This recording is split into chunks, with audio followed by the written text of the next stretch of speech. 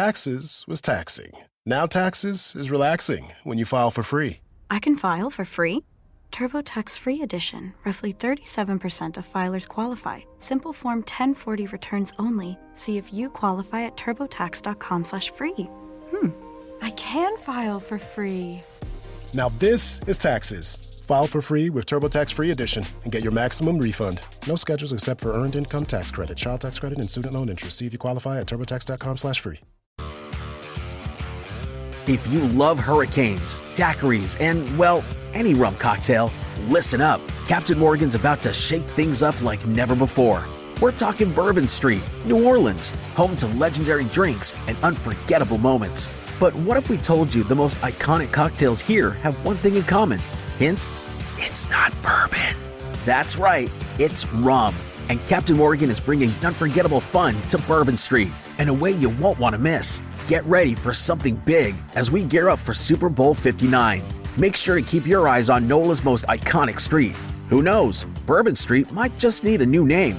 Stay tuned for clues and get ready for the most legendary adventure yet. Please drink responsibly. Captain Morgan Original Spice Rum, 35% alcohol by volume. Captain Morgan Rum Company, New York, New York.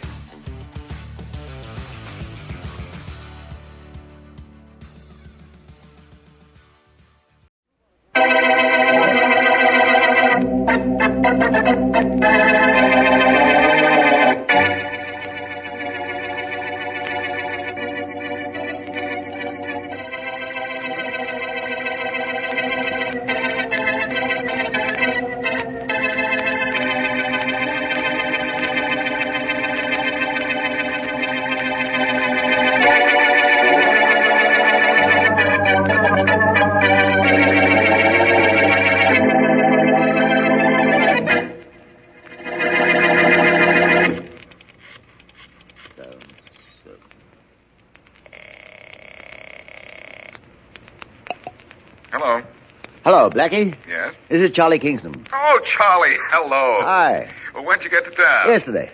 And you waited till today to call me? You're a fine friend, you are. Blackie, I need a friend right now. Uh-oh, your millions have got you into trouble again, I can tell it. Trouble, Blackie? This is the most fantastic thing that's ever happened to me. Oh, you mean you put over a big deal that didn't get you into trouble? It's even more unbelievable than that. All right, what have you done this time? I bought a 15-story office building for $1 million. Well, so what? Even if it's not worth a dime, what's $1 million to you? Let me finish, though, Blackie. All right. I don't know whether to tell you or not. After all this, you'd better. Well, I bought the building yesterday. I saw it at 5 o'clock yesterday afternoon, and at 6 I signed the papers for it. Well, you don't like to work fast, do you? Well... Well, what happened at 7? Nothing. Everything was all right till this morning at 10 o'clock. When I went to look at the building again... Yeah? Blackie, I just know you won't believe this. Won't believe what? When I went to look at what I'd bought, it was nothing but a vacant lot. Oh, no. Blackie, that 15-story office building has vanished overnight.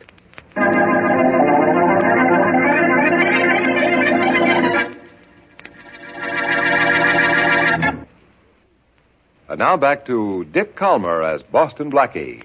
Enemy to those who make him an enemy. Friend to those who have no friend.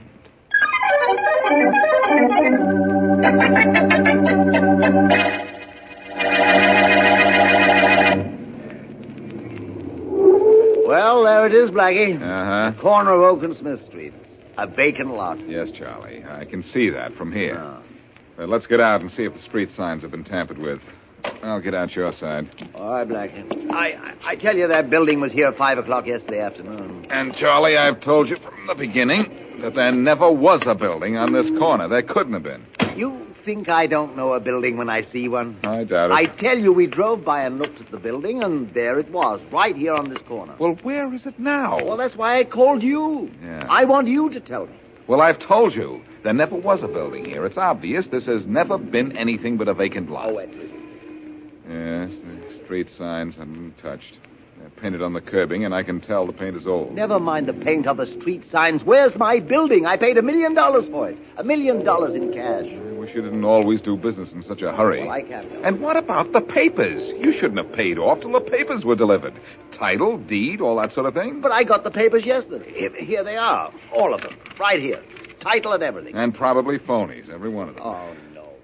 You know, this isn't the first time you've been hurt because you rushed into a deal. Blackie, when I bought this lot yesterday, it had a building on it. Well, what did it look like? Well, it was marble to the second floor and white brick the rest of the way, with dark trimmings at the windows. And black marble around the main entrance? Yes, that's right. Well. See, that proves there was a building here yesterday. Even you've seen it, haven't you? Yes. And if you'll let me drive you uptown 4 blocks, you'll see it, too, at the corner of Oak and Vine. Well, that's impossible. It's still there, I'm sure.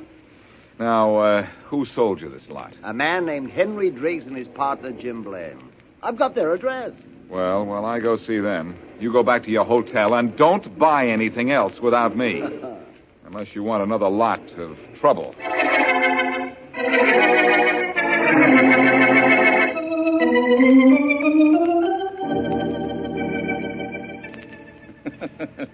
We did it, Jim. Yep. I told her we'd do it, and it'd be easy. Well, I'm afraid of this one. It was too easy, Henry. I told her Kingston was a born sucker. I don't know. He's famous for the way he does business. In a hurry, rush it through. Get it over with like that. Yeah, well, he's not going to get over it when he finds out that this was a slick deal. I'm afraid he'll go to the police. So what if he does? It means trouble. All we have to do is say we never saw Kingston in our lives and that he's crazy. That we made no deal with him. Yes, but he can prove we did. With what? Phony papers to real estate we don't even own?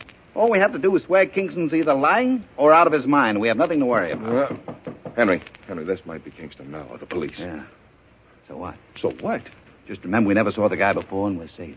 I hope so. Come in. Is this the office of Driggs and Blaine? Yes, it is. Well, I'm Charlie Kingston's friend, Boston Blackie. Which one of you is Driggs? I am, and this is Jim Blaine. Howdy do. Uh-huh. You two pulled a fast one on my friend Kingston yesterday afternoon. We did? I'm afraid there's been some mistake. The only thing you have to be afraid of, Blaine, is me if you don't give back that $1 million you swindled from Kingston. What? I swindled... You sold him a vacant lot yesterday when what he thought he was buying was a 15-story office building. Well, that's the most fantastic thing I ever heard. That's ridiculous. What vacant lot? What office building? The building is at Oak and Vine. Oak and Vine? You showed it to Kingston, telling him it was at Oak and Smith. But when all you own at Oak and Smith is a vacant lot. We don't even own that, Blackie. So how could we sell it to this Charles, or whatever his name is? I'm afraid your friend is either out of his mind or has an odd sense of humor, Blackie. You're afraid of a lot of things, aren't you, Blaine? No. I suppose you're going to say now that you've never seen Charlie Kingston. Well, Blackie, we haven't. And that's the truth. Maybe you'd better talk to your friend again. I intend to, Driggs. And I think I'll be back to talk to you again. You afraid of that also, Blaine? Well, no, not a bit. I'd very much like to get this straightened out. Don't worry. I'll be back to straighten you out, too. Well, we're still doing it, aren't we, Jim? Henry, now I am afraid. Of what? Now I have to take my money to the police. Oh, no, you Oh, yes, I do. I didn't know Boston Blackie was Kingston's friend. Now, if you won't give me my $500,000, I'm going to call your wife and tell her to give it to me. Peggy doesn't know anything about this deal or that I have a $500,000. And she's not going to know. Henry, you give me my share or I'm going out to the nearest policeman and tell him... I warned you I'd do this next time I had trouble with you, and this time I mean it. Henry, no. Put that gun away. Yes, I will, Jim. But first I got to take care of you. No, Henry, don't. No, don't.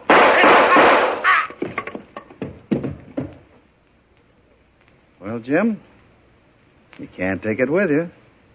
But don't feel bad about it. I'll have a good time spending your $500,000 for you.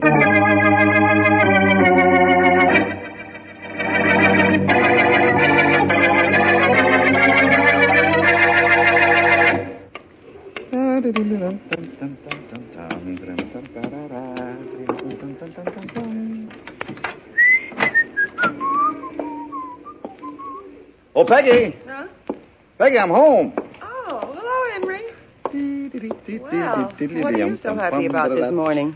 I've had a wonderful morning at the office, Peggy. Mm-hmm. So wonderful I thought I'd come home to my darling wife and say, Peggy Driggs, how about a kiss for a millionaire? Told me a lot of lies, but never 1,000,000 of them at one time. Give me a kiss, darling, and I'll tell you a secret. Uh-uh. Let's have the secret first. Why, Peggy Driggs, I don't think you like me. Oh, you do. But you'll do better with $1 million. Well, darling, in that little strong box in my desk drawer is $1 million. $1 million what? Dollars. Huh? All ours, too. Well, where'd you get it? Half of the deal with a certain wild spender named Charlie Kingston, and half from a dead man, my late partner, Jim Blaine. Oh. Jim's dead? You'd be dead, too, if I just put 3 bullets into you. You'd like to do that, wouldn't you? Why, Peggy Driggs, how you talk. Well, speaking of killing, sweetheart, before you can enjoy our newfound riches, you're going to have to help me kill myself.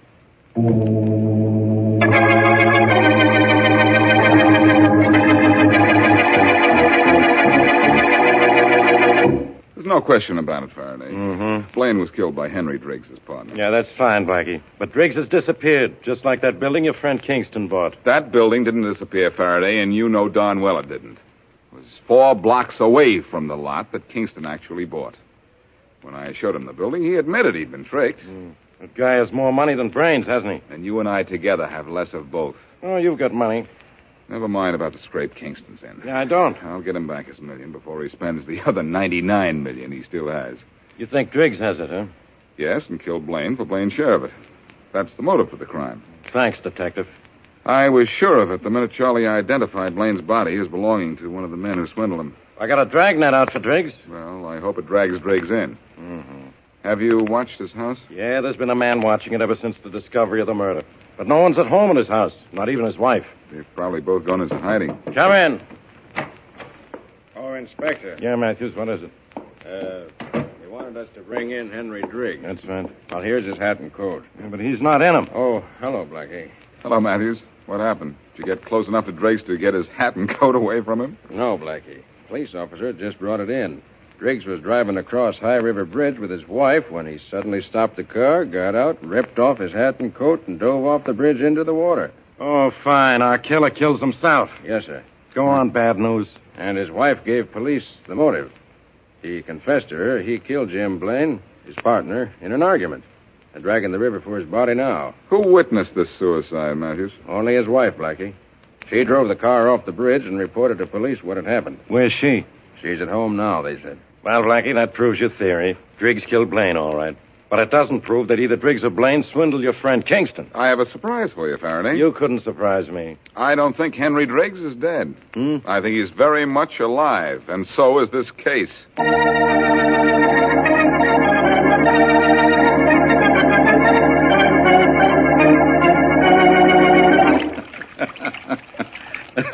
Well, for a man who drowned in High River a few hours ago, you're certainly cheerful, Henry.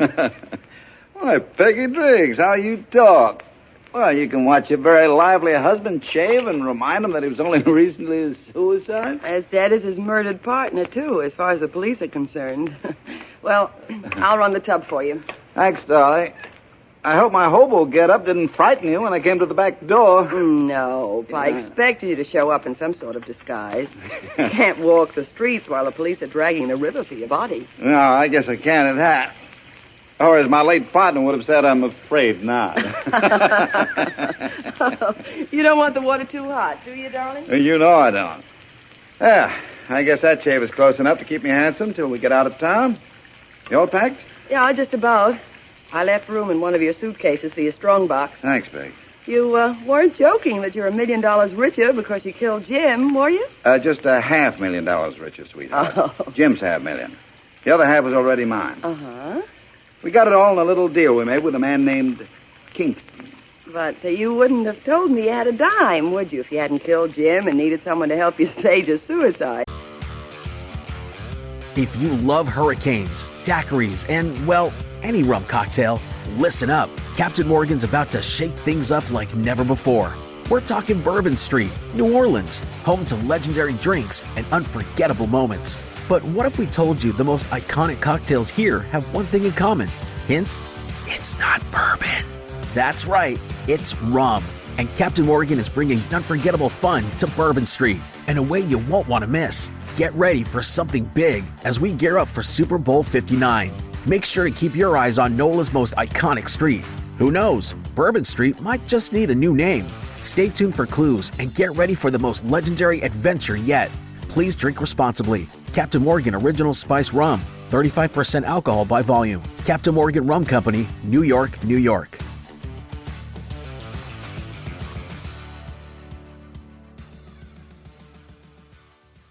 The Avengers radio series, a cultural phenomenon in South Africa back in the 1970s. South Africa was a country with no national television service.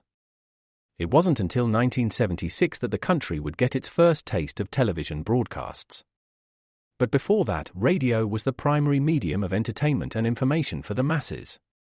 This was the context when The Avengers, a British spy-fi series, made its debut on South African radio and became a cultural phenomenon. The Avengers was a British television series that originally aired from 1961 to 1969. The show revolved around the adventures of John Steed, a suave and sophisticated secret agent, and his various female associates. The series was a unique blend of traditional spy thriller elements with science fiction and fantasy, which set it apart from other shows of its time. While the series was hugely popular in the UK and had also made a significant impact in the American markets, being one of the rare British series given a network transmission slot, it was virtually unknown in South Africa. This was primarily due to the lack of a national television service in the country until 1976. However, as a film series, The Avengers was able to gain some exposure in South Africa through film rentals. But it was the launch of the radio series that truly brought The Avengers to the masses in South Africa. Come and listen at www.myclassicradio.net. Why, Peggy Driggs, I don't think you trust me. Oh. You know, I've always given you everything I could. Yeah. Now, don't let the water run over the edge of the tub. I won't. And I won't let you run out on me with $1 million in your pocket. Oh, Peggy, don't. Put that bottle down. Oh, I have to get you in that tub. Now. Oh, God. Oh. Thanks for falling into the water, Henry. The tub is low, but you can drown in it just as quickly as in High River.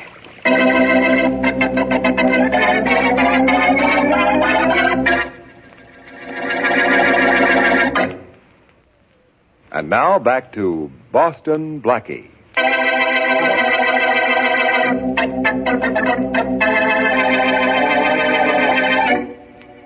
Multimillionaire Charles Kingston, one of Boston Blackie's closest friends, buys a 15-story office building which disappears overnight.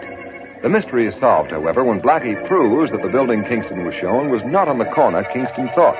All he bought is a vacant lot. After Blackie sees the men with whom Kingston made the deal, one of them is murdered. The other then fakes suicide by drowning. While police are dragging the river for his body, his wife does drown him in the bathtub of their home. As we return to our story, water is still running into the tub. Oh, gotta keep you down. You can't answer the doorbell, can you, Henry? Huh? Better dry my hands first. I'm coming.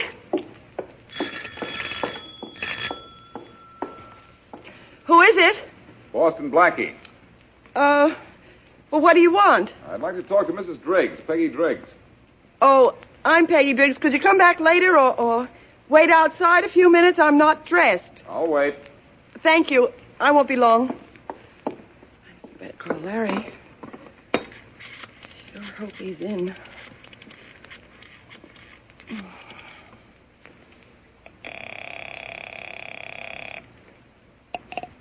Hello? Hello, Larry. Hi, Peggy. What's the matter? I'm in the spot, darling. Oh? Maybe you heard on the radio that Henry killed his partner. Yes, and I just heard a news flash that Henry committed suicide. Well, Larry, Jumped off the High River Bridge. Honey, please, I need help. I just killed Henry. What are you talking about? Please come over and get the body out of the bathtub and get rid of it. All right. I'll be over as soon as it's dark tonight and get rid of the body for you. Yeah, and then come back here after you've taken care of Henry. Okay. Bye, darling. Goodbye.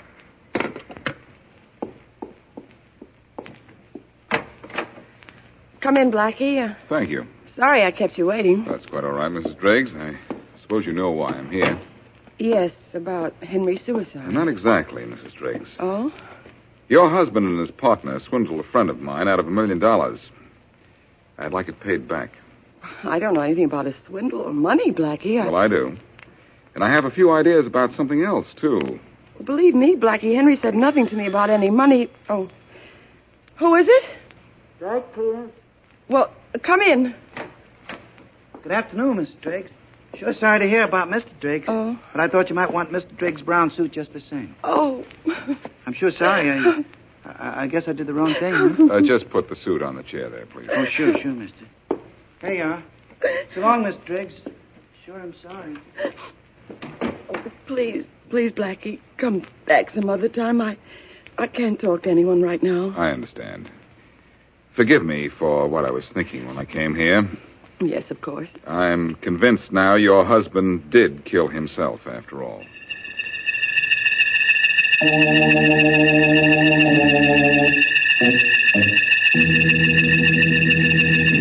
Well, darling, Henry's all wrapped up in a nice warm blanket and ready to go for a swim. Yeah, well, get him out of here, will you, Larry? I never did like having him around the house. He hasn't been much bother to you today, has he? Plenty. What do you mean? Been afraid Blackie would come back and want to look around. Well, you said you'd get rid of him after dark. It's dark now. And Henry's heavy. You have to help me carry him out the back way and into my car. Oh, do I have to? Well, you can do that much for me in return for what I'm doing for you. Oh, all right. That's the girl. Now, you sure he's got identification on him? Sure. Initialed ring and belt buckle and wallet with all his usual papers. Good. Come on, let's get him out of here. He's lying on the kitchen floor, wrapped in that blanket. Yeah, I see. You take the feet, and I'll take his shoulders. Ready? Yeah, I'm ready. Oh, he's heavy. Too bad Henry wasn't a good boy. Hmm? Then he could have sprouted wings and flown out of here. Wings, Larry? Sure. What he could have used in the bathtub this noon was water wings.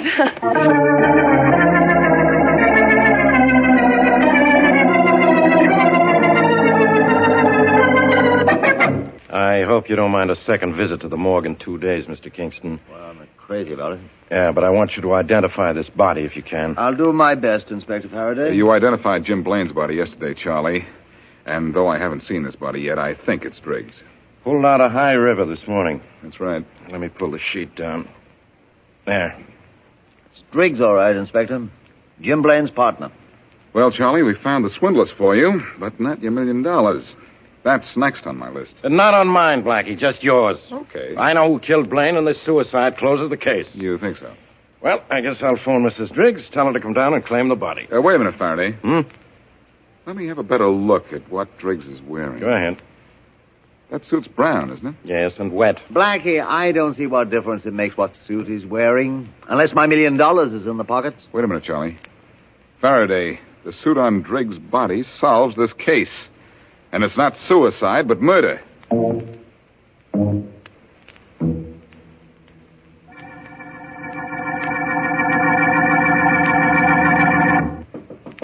Come in. Oh, Inspector. Yeah, Matthews? That dry cleaner delivery man Blackie sent for us here. We'll send him in, Sergeant. Sure thing. Yeah, send him in. Okay, fella. Go right in. Okay. But, gee, I sure didn't do nothing wrong. I don't know why the police want to see me. That'll be all, Matthews. Yes, sir. Hello, pal. Remember me? Hey, yeah. You're the guy who was at the Driggs place when I delivered Mr. Driggs' suit. The name's Blackie, Boston Blackie. And the name's Mott if he's got me wasting my time again. And Wait. yours, too. Gee, I didn't do nothing wrong. Unless I missed my hunch, you did something just right. Tell me, this suit on Faraday's desk here, have you ever seen it before? Let me look at it. Yeah. Hey, it's all wet. Yeah, because the man wearing it was pulled out of High River this morning, all dead. Well, then he must have jumped in the river late yesterday afternoon. Because that's the suit I delivered to the Driggs place about 3:30 yesterday. You sure? I'm positive. I know my customers, and I know the clothes they wear. Well, Faraday, that does it. And I think even you're going to enjoy what I do now.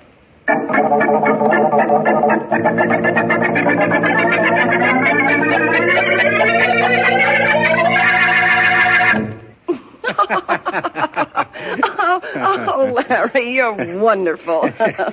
Very clever, too. I think you were terrific to remember to put a suit on Henry before you took him to High River. I was so excited I forgot to tell you the story I told the police. Your story of the suicide is that he went off the bridge fully clothed except for his hat and top coat. Yeah.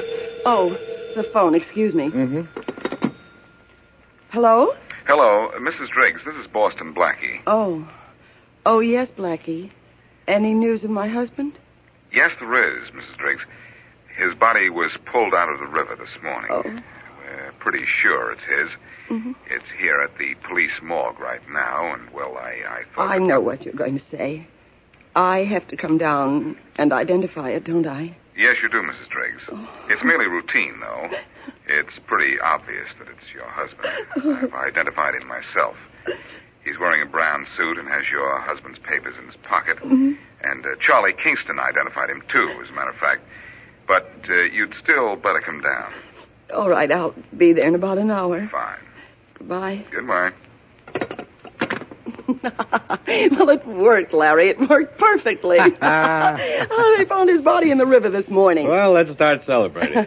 No, darling, no. I have to go into mourning for the proper length of time. Oh, What's the matter? the suit. What? Blackie said Henry's down there in the morgue wearing a brown suit. Sure, that's the suit I put on him before I wrapped him up and took him to the river. Oh. You said he was wearing a suit when he was supposed to commit suicide. Larry, you jerk. Jerk, why? Because I just went to his closet and took the first suit I got my hands on? What's wrong with that? Blackie saw that suit here in this house hours after Henry was supposed to be in High River. That's what's wrong with it. Fine time to tell me that. How was I supposed to know Blackie had seen the suit? You should have asked me what suit to put on him. You should have told me. Oh, you fixed everything. Made everything just perfect. But I... Now Blackie knows we killed him. That's why he wants me at police headquarters. Sure, he wants you, but not me, because you killed him. All I did was try to cover up for you. Oh, yeah? Yeah. Well, Blackie expects me to walk into police headquarters and be arrested. What? But I'm getting out of town instead. Come on, help me pack. Sure. The bags are on the bedroom floor. Here, give me that box and I'll pack it first. No, I'll keep it with me. Why, what's in it? Money? Just a little. It's all I have. I'll take what's in that box. I think I've earned it. Oh, no, you haven't. Give me that money or I'll give my story to the police. Well, no, you won't, because I'm going to give you what I gave Henry. Hit me with that box and you... Go. Don't bother to drag him to the bathtub, Mrs. Driggs. Oh, Blackie. You want to know how I got all the way out here from downtown in such a hurry? Well, I wasn't in the morgue when I called you, but using the phone next door. Oh, clever, aren't you? And polite, too. I don't think a lady should go to jail alone, so I'll escort you there.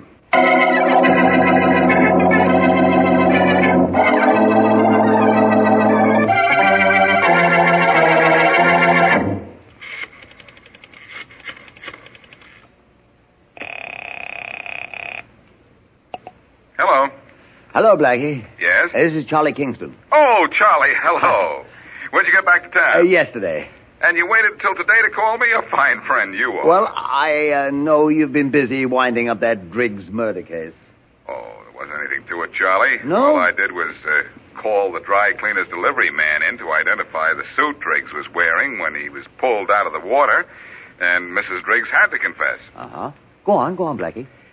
And Larry, Mrs. D's boyfriend, spilled his part of the story, too, of course. So my troubles are over. That's good, Blackie.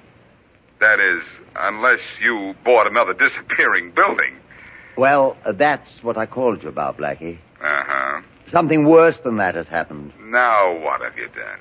I bought a vacant lot, Blackie, but I've been cheated again. Why, did the lot disappear? No, but there's a wreck of a 5-story building on it I wasn't told about. And I'm going to have to spend a fortune tearing it down. Oh, no.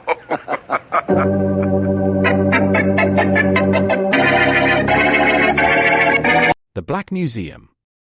Horror and mystery based on Scotland Yard's collection, Orson Welles was both host and narrator for stories of horror and mystery based on Scotland Yard's collection of murder weapons and various ordinary objects once associated with historical true crime cases. Walking through the museum, Welles would pause at one of the exhibits, and his description of an artifact served as a device to lead into a wryly narrated dramatized tale of a brutal murder or a vicious crime. In the United States, the series aired on the Mutual Network between January 1st and December 30th, 1952. Beginning May 7th, 1953, it was also broadcast over Radio Luxembourg sponsored by the cleaning products Dreft and Miro. Since the BBC carried no commercials, Radio Luxembourg aired sponsored programs at night to England. In the United States, a program of similar scope, using many of the same picked cases as the Black Museum and nearly mirroring its broadcast run, was broadcast by NBC called Whitehall 1212. The two shows were different in the respect that while Whitehall 1212 told the story of a case entirely from the point of view of the police starting from the crime scene, the Black Museum was more heavily dramatized and played out scenes of the actual murders and included scenes from the criminal's point of view. Come and listen at www.myclassicradio.net.